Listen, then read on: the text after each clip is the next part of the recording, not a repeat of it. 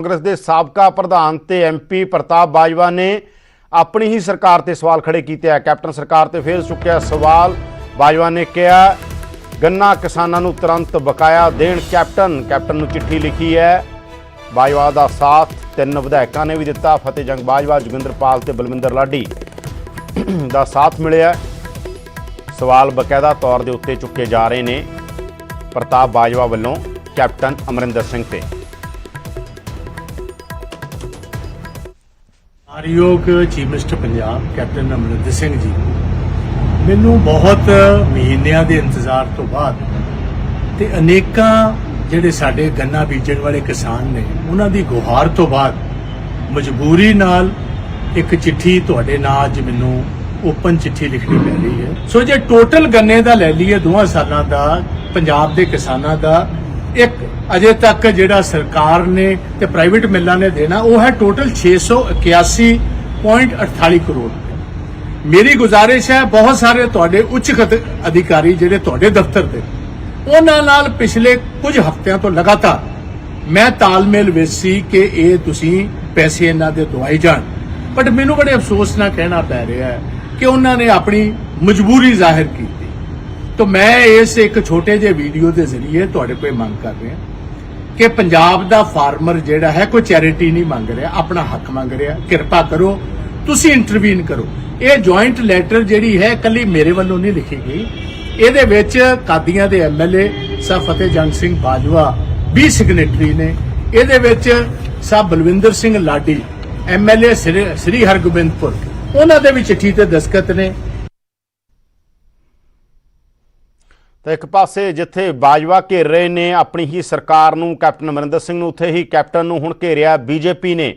BJP मैदान च आई है। कैप्टन नूं घेरन दे लई सरकार ते वरे ने। पंजाब भाजपा प्रधान अश्विनी शर्मा लोड़वंदां नूं राहत ना पहुंचाउण दा इल्जाम लाया। गरीबां दे खात्यां च 5000 रुपए पाउण दी मंग उठाई है। 3 महीनों तक बिजली बिलों च राहत देण दी मंग कीती है। बिजली बिल च 50% कटौती की गल कही है अश्विनी शर्मा ने। कोरोना महामारी के वक्त पूरी सरकार फेल आ। केंद्र वालों भेजा गया राशन नहीं वंडिया गया। शराब माफिया नूं लैके सरकार ते निशाना साधिया है। माफिया के चलते पंजाब नूं 5600 करोड़ का नुकसान होया है। पंजाब च 1 तो 7 जुलाई तक भाजपा अभियान चलाएगी। इस दे खिलाफ किसानां ते छोटे उद्योगपतियों नूं नाल जोड़िया जाएगा। अश्विनी शर्मा ने कहा 1 तो लैके 7 जुलाई तक भाजपा का अभियान पंजाब शुरू होएगा, जिहदे च वख-वख लोकां दे मुद्दे भाजपा सरकार अगे रखेगी।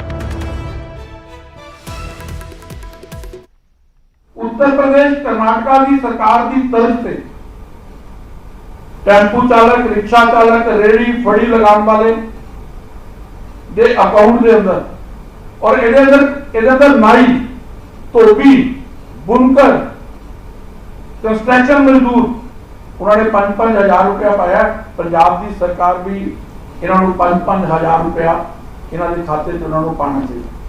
घरेलू व्यापारी दुकानदार की जो छोटे उद्योगदार है इन्होंने 3 महीने की बिजली का जो बिल है ये 50% कटौती जी है सरकार को करना चाहिए ताकि लगे पंजाब की सरकार स्टेट गवर्नमेंट इस लड़ाई को ठीक तरीके लड़ रही है। शराब के ठेके बंद रहे, 5500 करोड़ रुपए का रेवन्यू का घाटा हो गया। पैरेलल माफिया शराब की पूर्ति करता रहा, लेकिन शराब के ठेकेदारों सहूलत दे दो जी, वो तो उन्होंने पैकेज दे दो जी, वो 2 महीने उन्होंने ठेके नहीं खुले। ये सरकार पूरी तरह नाल संवेदनहीनता दे नाल काम किया। तो बिजली नूं लैके जिथे चर्चा बीजेपी कर रही है, उत्थे ही पंजाब सरकार ने एक वड्डी राह दी। दरअसल दिल्ली के अंदर भी होया सी। दिल्ली च सरकार जो रिपीट हुई कहा गया कि बिजली सस्ती एक वड्डा मुद्दा है। तो पंजाब सरकार के उदों तो ध्यान च ते पंजाब सरकार ने घरेलू उपभोक्तावां नूं 25 तो 50 पैसे तक यूनिट की राहत दी है। 300 तो 400 यूनिट के उपभोक्तावां लई 7 रुपए 20 पैसे प्रति यूनिट की दर लागू होएगी, जबकि 500 तो ज़्यादा यूनिट के बिजली उपभोक्तावां लई 7 रुपए 41 पैसे की बजाय 7 रुपए 20 पैसे प्रति यूनिट के नाल ਭੁਗਤਾਨ ਕਰਨਾ ਹੋਏਗਾ। ਇਸ ਨਾਲ ਸੂਬੇ 'ਚ 69 ਲੱਖ ਘਰੇਲੂ ਭੁਗਤਾਵਾਂ ਨੂੰ ਬਿੱਲ ਘੱਟ ਆਏਗਾ, ਉਹਨਾਂ ਨੂੰ ਫਾਇਦਾ ਹੋਏਗਾ। ਸੂਬੇ ਦੇ ਭੁਗਤਾਵਾਂ ਨੂੰ ਇਸ ਫੈਸਲੇ ਨਾਲ 354 ਕਰੋੜ ਦਾ ਫਾਇਦਾ ਹੋਏਗਾ। ਬਿਜਲੀ ਦੀਆਂ ਇਹ ਦਰਾਂ 1 ਜੂਨ ਤੋਂ ਲਾਗੂ ਹੋਣਗੀਆਂ। ਪੰਜਾਬ 'ਚ 1 ਜੂਨ 2021 ਤੱਕ ਰਹਿਣਗੀਆਂ। 1 ਜੂਨ 2021 ਤੱਕ ਇਹ ਦਰਾਂ ਰਹਿਣਗੀਆਂ। ਪੰਜਾਬ 'ਚ ਬਿਜਲੀ ਸਸਤੀ ਹੋਈ ਹੈ ਤੇ ਬਿਜਲੀ ਦੀ ਵੀ ਇੱਕ ਆਪਣੀ ਸਿਆਸਤ ਆ, ਕਿਉਂਕਿ ਆਮ ਆਦਮੀ ਪਾਰਟੀ, ਬੀਜੇਪੀ, ਅਕਾਲੀ ਦਲ ਲਗਾਤਾਰ ਬਿਜਲੀ ਦੇ ਮਸਲੇ ਤੇ ਕਾਂਗਰਸ ਸਰਕਾਰ ਨੂੰ ਘੇਰਦਾ ਰਿਹਾ ਤੇ ਕਾਂਗਰਸ ਨੇ ਕਿਤੇ ਨਾ ਕਿਤੇ ਰਾਹਤ ਦੇ ਕੇ ਲੋਕਾਂ ਨੂੰ ਖੁਸ਼ ਕਰਨ ਦੀ ਕੋਸ਼ਿਸ਼ ਕੀਤੀ ਹੈ।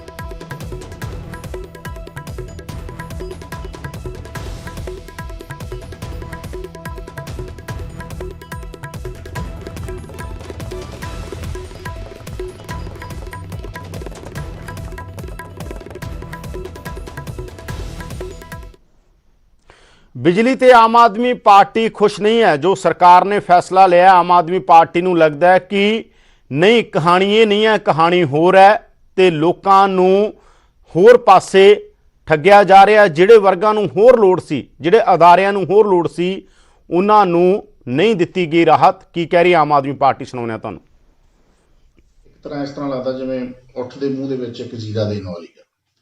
ਜੇ ਆਪਾਂ ਗੱਲ ਕਰੀਏ ਤਾਂ ਪਹਿਲੇ 100 ਯੂਨਿਟ ਤੇ 4 ਰੁਪਏ 99 ਪੈਸੇ ਤੋਂ ਘਟਾ ਕੇ 4 ਰੁਪਏ 49 ਪੈਸੇ ਕਰਤੀ। 101 ਤੋਂ ਲੈ ਕੇ 300 ਤੱਕ ਤੁਹਾਨੂੰ 25 ਪੈਸੇ ਦੀ ਛੂਟ ਦਿੱਤੀ ਆ। ਅਪਰੋਕਸੀਮੇਟਲੀ ਜੇ ਵੇਖਿਆ ਜਾਵੇ ਤਾਂ ਐਵਰੇਜ ਇਹਦੀ 25 ਪੈਸੇ ਹੀ ਪੈ ਜਾਣੀ ਹੈਗੀ।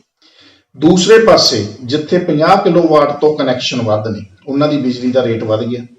ਲਾਰਜ ਸਕੇਲ ਇੰਡਸਟਰੀਜ਼ ਨੂੰ 9 ਪੈਸੇ ਤੋਂ ਲੈ ਕੇ 20 ਪੈਸੇ ਪਰ ਯੂਨਿਟ ਮਹਿੰਗੀ ਪੈ ਜਾਣੀ ਹੈ, ਜਿਹੜੀਆਂ ਇੰਡਸਟਰੀਜ਼ ਲਾਕਡਾਊਨ ਦੇ ਦੌਰਾਨ ਬੰਦ ਰਹੀਆਂ।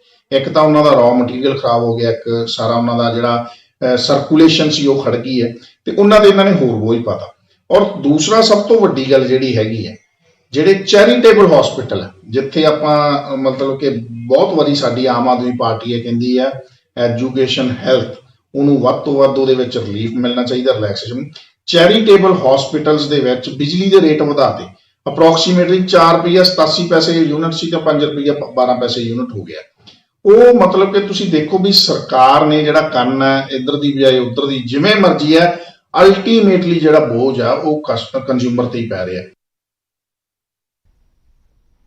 ਤਾਂ ਬਿਜਲੀ ਜਿੱਥੇ ਇੱਕ ਪਾਸੇ ਸਸਤੀ ਹੋਈ ਹੈ, ਉੱਥੇ ਹੀ ਸ਼ਰਾਬੀਆਂ ਲਈ ਬੁਰੀ ਖਬਰ ਹੈ। ਪੰਜਾਬ ਦੇ ਸ਼ਰਾਬੀਆਂ ਨੂੰ ਸ਼ਰਾਬ ਹੁਣ ਮਹਿੰਗੀ ਮਿਲੇਗੀ। ਪੰਜਾਬ 'ਚ ਸ਼ਰਾਬ 2 ਰੁਪਏ ਤੋਂ 50 ਰੁਪਏ ਤੱਕ ਮਹਿੰਗੀ ਹੋ ਗਈ ਹੈ। ਕਰੋਨਾ ਮਹਾਮਾਰੀ ਵਿਚਾਲੇ ਸ਼ਰਾਬ ਤੋਂ ਜ਼ਿਆਦਾ ਮਾਲੀਆ ਇਕੱਠਾ ਕਰਨ ਲਈ ਸਰਕਾਰ ਨੇ ਫੈਸਲਾ ਲਿਆ। ਸ਼ਰਾਬ ਦੀ ਵਧਾਈ ਗਈ ਕੀਮਤ ਛੋਟੀ ਵੱਡੀ ਬੋਤਲ ਦੇ ਬ੍ਰਾਂਡ ਦੇ ਹਿਸਾਬ ਨਾਲ ਹੋਏਗੀ। ਸਰਕਾਰ ਨੂੰ ਇਸ ਫੈਸਲੇ ਨਾਲ 150 ਕਰੋੜ ਦੇ ਲਗਭਗ ਫਾਇਦਾ ਹੋਣ ਦੀ ਗੱਲ ਕਹੀ ਜਾ ਰਹੀ ਹੈ। ਕਿੱਥੇ ਕੀ ਹੋਏਗਾ ਤੁਹਾਨੂੰ ਸਮਝਾਉਂਦੇ ਹਾਂ। ਬੀਅਰ ਆ ਜਿਹੜੀ 5 ਰੁਪਏ ਪ੍ਰਤੀ, ਜਿਹੜਾ 650 ml ਬੀਅਰ ਆ 5 ਰੁਪਏ ਵਧੀਆ। ਉਹ ਵਾਈਨ ਜਿਹੜੀ 650 ml ਆ ਉਹ 10 ਰੁਪਏ ਵਧੀਆ। ਇੰਪੋਰਟਡ ਫੋਰਨ ਸ਼ਰਾਬ ਆ ਜਿਹੜੀ 50 ਰੁਪਏ 750 ml ਤੇ 50 ਰੁਪਏ ਵਧੀਆ। ਛੋਟੇ ਸਾਈਜ਼ ਵਾਲੀ ਬੋਤਲ ਤੇ 30 ਰੁਪਏ ਇੰਪੋਰਟਡ ਬੀਅਰ ਆ ਜਿਹੜੀ 7 ਰੁਪਏ 650 ml ਤੇ ਇੰਪੋਰਟਡ ਬੀਅਰ। ਤਾਂ ਸਾਰੀਆਂ ਹੀ ਕੀਮਤਾਂ ਵਧੀਆਂ ਨੇ। ਸ਼ਰਾਬੀਆਂ ਲਈ ਬੁਰੀ ਖਬਰ ਹੈ।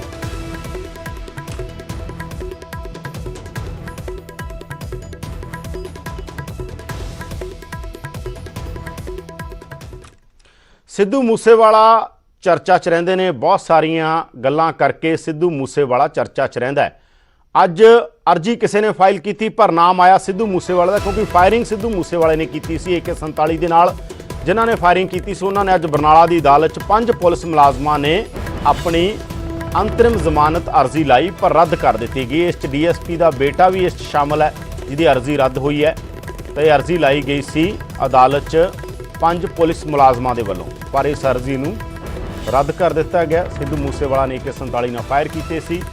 ਪੁਲਿਸ ਮੌਜੂਦ ਸੀ, ਪੁਲਿਸ ਨੇ ਕਰਵਾਏ ਸੀ। ਮੂਸੇਵਾਲਾ ਖਿਲਾਫ ਆਰਮਜ਼ ਐਕਟ ਦੇ ਤਹਿਤ ਮਾਮਲਾ ਦਰਜ ਹੋ ਚੁੱਕਿਆ ਹੈ।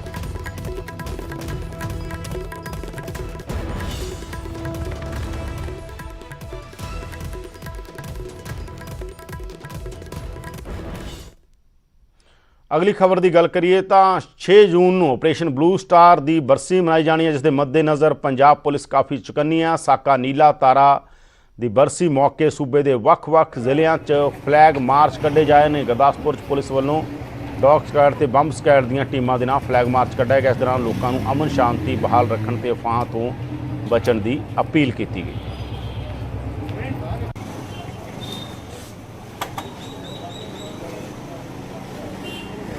ਜੋ ਘੱਲੂਘਾਰਾ ਹਫ਼ਤਾ ਚੱਲ ਰਿਹਾ ਵਾ ਉਸ ਦੇ ਸੰਬੰਧ ਵਿੱਚ ਮਾਨਯੋਗ ਐਸਐਸਪੀ ਸਾਹਿਬ ਦੀਆਂ ਹਦਾਇਤਾਂ ਤੇ ਡਿਪਟੀ ਸਾਹਿਬ ਦੇ ਰਹਿਨੁਮਾਈ ਹੇਠ ਵਿੱਚ ਅਸੀਂ ਐਂਟੀ ਸਾਬੋਟੇਜ ਟੀਮ ਤੇ ਨਾਲ ਡੌਗ ਸਕਾਡ ਲੈ ਕੇ ਸਾਰੇ ਬੱਸ ਸਟੈਂਡ ਬਾਜ਼ਾਰਾਂ ਦੀ ਜਿਹੜੀ ਆ ਚੈਕਿੰਗ ਕੀਤੀ ਆ ਤੇ ਇਹ ਤਾਂ ਸ਼ੁਰੂ ਕੀਤੀ ਆ ਵੀ ਕੋਈ ਜਿਹੜਾ ਘੱਲੂਘਾਰਾ ਹਫ਼ਤਾ ਚੱਲ ਰਿਹਾ ਵਾ ਕੋਈ ਸ਼ਰਾਰਤੀ ਅਨਸਰ ਕੋਈ ਗਲਤ ਕੋਈ ਘਟਨਾ ਨਾ ਕਰਦੇ ਜੇ ਨਾ ਕੋਈ ਅਮਨ ਸ਼ਾਂਤੀ ਭੰਗ ਨਾ ਹੋਵੇ।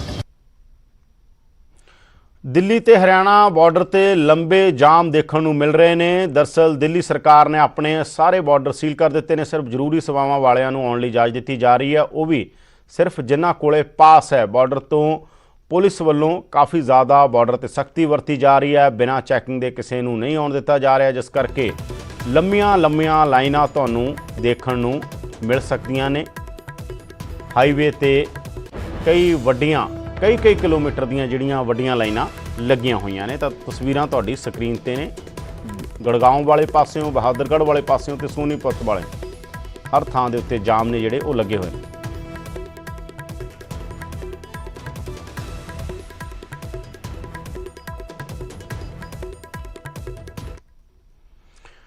ਅੰਮ੍ਰਿਤਸਰ 'ਚ ਖੁੱਲੀ ਕਰੋਨਾ ਦੀ ਟੈਸਟ ਲੈਬ। ਹੁਣ ਰੋਜ਼ਾਨਾ 3000 ਟੈਸਟ ਹੋਣਗੇ। ਕੈਬਨਿਟ ਮੰਤਰੀ ਓਪੀ ਸੋਨੀ ਨੇ ਉਦਘਾਟਨ ਕੀਤਾ। ਬਾਹਰੋਂ ਮਸ਼ੀਨ ਮੰਗਵਾਈ ਹੈ। ਸੋਨੀ ਦਾ ਕਹਿਣਾ ਟੈਸਟ ਤੇਜ਼ੀ ਨਾਲ ਕਰੇਗੀ ਇਹ ਮਸ਼ੀਨ ਤੇ ਜਲਦੀ ਹੀ 3000 ਦੇ ਕਰੀਬ ਡੇਲੀ ਟੈਸਟ ਹੋਇਆ ਕਰਨਗੇ। ਓਪੀ ਸੋਨੀ ਮੈਡੀਕਲ ਸਿੱਖਿਆ ਮੰਤਰੀ ਨੇ ਇਹ ਦਾਅਵਾ ਅੰਮ੍ਰਿਤਸਰ 'ਚ ਕੀਤਾ, ਉਦਘਾਟਨ ਕੀਤਾ ਤੇ ਨਾਲ ਹੀ ਕਿਹਾ ਕਿ 3000 ਟੈਸਟ ਹੁਣ ਡੇਲੀ ਹੋਇਆ ਕਰਨਗੇ। ਮੈਡੀਕਲ ਕਾਲਜ ਅੰਮ੍ਰਿਤਸਰ 'ਚ ਅਸੀਂ ਜਿਹੜੀ ਮਸ਼ੀਨ ਦਾ ਉਦਘਾਟਨ ਕੀਤਾ ਉਹ ਲੇਟੈਸਟ ਮਸ਼ੀਨ ਆ, ਇੰਪੋਰਟ ਕਰਾਈ ਗਈ ਆ ਬਾਹਰੋਂ। ਸੋ ਬੜੀ ਵੱਡੀ ਕੈਪੈਸਿਟੀ ਹੈ ਇਹਦੀ, ਕਮ ਸੇ ਕਮ 3000 ਦੇ ਕਰੀਬ ਡੇਲੀ ਇਹਦੇ ਨਾਲ ਟੈਸਟ होंगे। हाँ जी, आज यहाँ पर हमारी BRDL लैब में एक नई मशीन का उद्घाटन किया हमारे माननीय मंत्री श्री ओपी सोनी जी ने। इस मशीन के लगने से हमारी जो टेस्टिंग स्ट्रेंथ है वो तकरीबन 3000 टेस्ट हर रोज़ की हो गई है। बड़ी जी टेस्ट कितों कराए जाते हैं, कितना समा लगता है ਜਿਹੜਾ ਹੁਣ ਤੱਕ ਹੋਏਗੀ समय? टेस्ट तो यहीं से होते थे। अर्ली मार्च में हमने 40 टेस्ट से स्टार्ट किया और अपनी कैपेसिटी धीरे धीरे बढ़ाते 1000 करी, 1500 करी और अब 3000 के आसपास हो जाएगी हमारी इस मशीन के साथ। ਦੂਜੇ ਪਾਸੇ ਚੰਡੀਗੜ੍ਹ PGI 'ਚ ਜਿਹੜਾ ਡਿਪਾਰਟਮੈਂਟ ਆਫ ਵਾਇਰੋਲੋਜੀ ਹੈ, ਜਿਹੜਾ ਇਸ ਮਸਲੇ ਦੇ ਅੰਦਰ ਖਾਸ ਤੌਰ ਤੇ ਵਾਇਰਸ ਕੀ ਕਰਦਾ ਉਹਦੀ ਜਾਂਚ ਕਰਦਾ ਹੈ। ਕਰੋਨਾ ਦੇ ਟੈਸਟ ਉੱਥੇ ਕਿਵੇਂ ਹੋ ਰਹੇ ਨੇ। ਕੰਟਰੋਲ ਰੂਮ ਸਵੇਰੇ 8 ਵਜੇ ਤੋਂ 2 ਵਜੇ ਤੱਕ ਖੁੱਲ੍ਹਾ ਰਹਿੰਦਾ। ਕੰਟਰੋਲ ਰੂਮ ਦਾ ਸਿੱਧਾ ਸੰਬੰਧ ICMR ਦੇ ਨਾਲ ਆ। ਇਸ ਪੂਰੇ ਕੰਟਰੋਲ ਰੂਮ ਦਾ ਜਾਇਜ਼ਾ ਲਿਆ ਸਾਡੇ ਪੱਤਰਕਾਰ उमेश शर्मा ने। ਤੁਹਾਨੂੰ ਉਹਨਾਂ ਦੀ ਰਿਪੋर्ट ਦਿਖਾਉਂਦੇ ਹਾਂ। ये कंट्रोल रूम सुन के एक मन में जहन में आता है कि कंट्रोल रूम, लेकिन इसके मायने क्या हैं? एक्चुअली तो ये हमारे डिपार्टमेंट का लेक्चर थिएटर था, बट जब हमारे ये सारी सिचुएशन आई और ऐसे सारे सैंपल्स बढ़ते रहे और एंट्रीज का काम बढ़ता गया, डाटा एंट्री ऑपरेटर्स हमने इंस्टीट्यूट से मानते हैं and I am thankful to director and DDA जिन्होंने ये सब लोग हमें प्रोवाइड किए। तो उसके बाद हमने इसे कंट्रोल रूम में कन्वर्ट कर दिया with the consent of our HOD also. So यहाँ पे बेसिकली जो है जितने भी सैंपल से फॉर्म्स आते हैं वो यहाँ पे आते हैं, जो रिपोर्ट्स जाती हैं, क्योंकि इसमें क्या है कि रिपोर्ट्स ICMR को भी जाती हैं और in contrast to other viral infection जहाँ मरीजों को रिपोर्ट जाती है, इसमें किसी मरीज़ को इंडिविजुअल रिपोर्ट नहीं जाती है। सो जहाँ से सैंपल आया जाता है वहाँ के नोडल ऑफिसर्स हैं, उनको वो रिपोर्ट दी जाती है। तो ये हमारा control room means it controls all the activities of Covid. इसका बहुत महत्वपूर्ण रोल है। यहाँ डाटा एंट्री ऑपरेटर्स रहते हैं, हमारे सीनियर रेजिडेंट्स हैं, उनको फैकल्टी मॉनिटर करती है। सो ये कमरा सुबह 8 से लेकर रात से 2-2:30 बजे तक पूरा फंक्शनल होता है। तो this controls all the activities. So ICMR से भी लगातार जो कम्युनिकेशन है, जो ईमेल जाना है, वो सब कुछ इसी रूम के थ्रू कंट्रोल होता है। ICMR से जहाँ से जो ऑपरेट करते हैं आप दिखाएंगे ज़रा जी। तो 8 बजे से 2 बजे तक ये कंट्रोल रूम पूरी तरह एक्टिव रहता है, शिफ्ट वाइज काम होता है, टीम पूरी डटी रहती है। ICMR को भी डाटा जो है वो यहीं से जाता है और वो बताएंगे विनी सिंह जी जो डाटा जाता है वो किस तरह से आप भेजते हैं? सो अभी जो डाटा जाता है, जैसे कोई पेशेंट का फॉर्म आ गया तो ये ICMR का पोर्टल है, उसके ऊपर पेशेंट की कोई भी जो इन्फॉर्मेशन है, एज ऑफ नाउ हम जो है ICMR का रेफरल फॉर्म है, ICMR की गाइडलाइंस है कि 3 मरीजों को टेस्ट करना चाहिए, वो 9 गाइडलाइंस हैं, 9 पॉइंट्स हैं और 9 कैटेगरीज हैं। वनीता बोलना वो जो कैटेगरीज हैं, सो वो कैटेगरीज देखते हुए जो वहाँ से फॉर्म आता है उस पर टिक करके आता है कि हमारा मरीज इस कैटेगरी का है। क्योंकि मिनिस्ट्री में भी इंफॉर्मेशन चाहिए थी, कितने जैसे आप बोलते हैं कि इतने हेल्थ केयर वर्कर्स पॉजिटिव आ रहे हैं या इतने सारी पेशेंट्स पॉजिटिव आ रहे हैं, सो वो सारा जो है वो पेशेंट इंफॉर्मेशन जो है। सो आप जैसे यहाँ पे ऊपर करो, सो यहाँ पेशेंट नीचे पेशेंट ID है, सब कुछ है, ये 9 तरह की कैटेगरीज हैं और अदर्स कैटेगरी भी है। सो यहाँ पे जो है पेशेंट की सारी डिटेल्स आती हैं, जैसे ये है, अब ये पता हो रहा आपको कि हर पेशेंट के लिए भी आरोग्य सेतु ऐप डाउनलोड करना बहुत ज़रूरी है। तो यहाँ पे हम सारे कैटेगरीज में यहाँ पे हमें मार्क करना होता है इसमें कि कौन सी कैटेगरी का पेशेंट है और नीचे उसका पूरा क्लिनिकल डाटा जाता है कि उसको क्या सिम्टम्स हैं। जैसे अभी आपने देखा होगा कि इतने एसिम्टोमेटिक लोग पॉजिटिव आ रहे हैं, वो कहाँ से डाटा गया, वो यहीं से डाटा जाता है। ਤਾਂ ਇੱਕ ਮੰਦਭਾਗੀ ਖਬਰ ਸੋਨੀਪਤ ਤੋਂ ਆ ਰਹੀ ਹੈ। ਸੋਨੀਪਤ 'ਚ ਇੱਕ ਨਵ ਵਿਆਹੇ ਜੋੜੇ ਨੇ ਖੁਦਕੁਸ਼ੀ ਕਰ ਲਈ ਹੈ। ਕੁਝ ਦਿਨ ਪਹਿਲਾਂ ਹੀ ਉਹਨਾਂ ਨੇ ਲਵ ਮੈਰਿਜ ਕਰਵਾਈ ਸੀ, ਪਰ ਉਸ ਤੋਂ ਬਾਅਦ ਅਚਾਨਕ ਪਤਾ ਨਹੀਂ ਕੀ ਹੋਇਆ, ਉਹਨਾਂ ਦੀ ਖੁਦਕੁਸ਼ੀ ਦੀ ਖਬਰ ਆਈ ਹੈ। ਪਰਿਵਾਰ ਸਦਮੇ 'ਚ ਨੇ।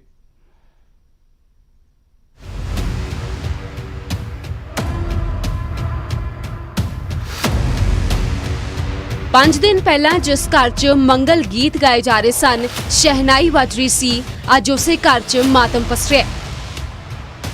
मामला सोनीपत दे मयूर विहार दा है, जिथे तस्वीरां च नजर आ रहे मनजीत अते आरती ने 27 मई नूं अपने परिवार दे लोकां दी रजामंदी नाल लव मैरिज करवाई सी। पर 5 दिन बाद ही इस परिवार दियां सारियां खुशियां गम च बदल गईयां।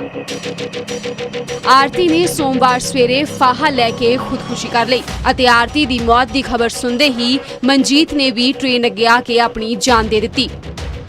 एक झटके च ही दोहां परिवारां दियां खुशियां मातम च बदल गईयां। और दूसरी तरफ हमें ये भी पता चला भाई जो इसके पति थे उन्होंने अपना रेल तले आके सुसाइड कर लिया है और अभी बयान दिए नहीं है, जैसे बयान देंगे हम कार्रवाई। पुलिस ने दोहां दियां लाशां नूं पोस्टमार्टम तो बाद परिवार दे हवाले कर दिता है। पुलिस खुदकुशी दी वजह जानन च जुट गई है। आस-पास दे लोग भी इन्हां दोहां दी मौत नाल सदमे च ने। सोनीपत